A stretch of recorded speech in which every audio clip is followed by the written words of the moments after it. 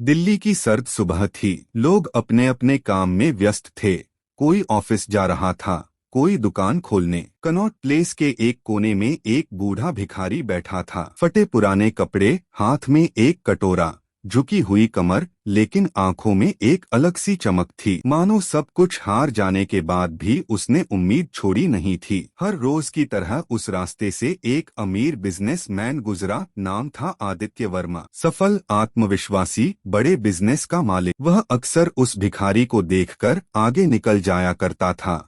लेकिन उस दिन कुछ अलग हुआ। भिखारी ने आदित्य को देखा और कहा, साहब, आज कुछ नहीं चाहिए, बस एक सवाल का जवाब चाहिए। आदित्य थोड़ा रुक गया। भिखारी ने पूछा, आप जैसे लोग बड़ी ऊंचाई तक कैसे पहुंचते हैं? क्या गरीब इंसान कभी बदल सकता है? आदित्य मुस्कुराया और बोला, बिल्कुल बदल सकता है, अगर उसकी सोच बदल जाए। अगर तुम सच में बदलना चाहते हो तो मैं तुम्हारी मदद करूंगा, लेकिन एक शर्त है, तुम खुद पर भरोसा रखोगे। अगले दिन आदित्य फिर आया। उसने भिखारी को साफ कपड़े, नहाने का सामान और बाल कटवाने के पैसे दिए। फिर उसे अपने ऑफिस ले गया। ऑफिस के लोग हैरान थे कि एक भिखारी वहां क्या कर रहा है, लेकिन आदित्य ने कहा, आज से रघु इस ऑफिस का नया सदस्य है, यही से इसकी नई शुरुआत होगी। रघु ने कोई काम छोटा नहीं समझा। वह मेहनत से झाड़ू लगाता, पानी पिलाता, फाइलें संभालता, लेकिन उसके अंदर सीखने की जबरदस्त ललक थी।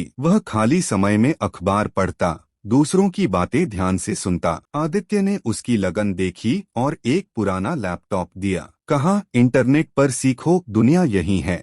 रघु ने यूट्यूब से अंग्रेजी सीखी, ऑनलाइन फ्री कोर्स किए, एक्सेल चलाना सीखा, बिजनेस के बारे में पढ़ा। 2 साल के अंदर रघु एक सामान्य चपरासी से ऑफिस का लॉजिस्टिक्स कोऑर्डिनेटर बन गया। एक दिन एक बड़ी मीटिंग में क्लाइंट को बिजनेस प्लान समझ नहीं आ रहा था। आदित्य ने रघु की तरफ देखा और रघु ने पूरी स्ट्रैटेजी सरल भाषा में समझा दी। क्लाइंट बहुत प्रभावित हुआ और डील फाइनल हो गई। आदित्य ने उसी दिन सबके सामने कहा, रघु अब मेरी टीम का जूनियर मैनेजर है। रघु अब बदल चुका था, लेकिन उसने अपनी जड़ें नहीं छोड़ी। वह हर रविवार गरीब बच्चों को पढ़ाने लगा, जो कभी जिंदगी से हार चुके थे, उन्हें प्रेरित करता था। कुछ सालों बाद रघु ने अपनी खुद की कंपनी खोली, नाम रखा न्यू होप लॉजिस्टिक्स। उसमें वह उन्हीं लोगों को काम पर रखता था जो कभी हारे हुए थे, लेकिन फिर से खड़े होना चाहते थे। एक दिन रघु उसी जगह पहुंचा जहां कभी भीख मांगा करता था।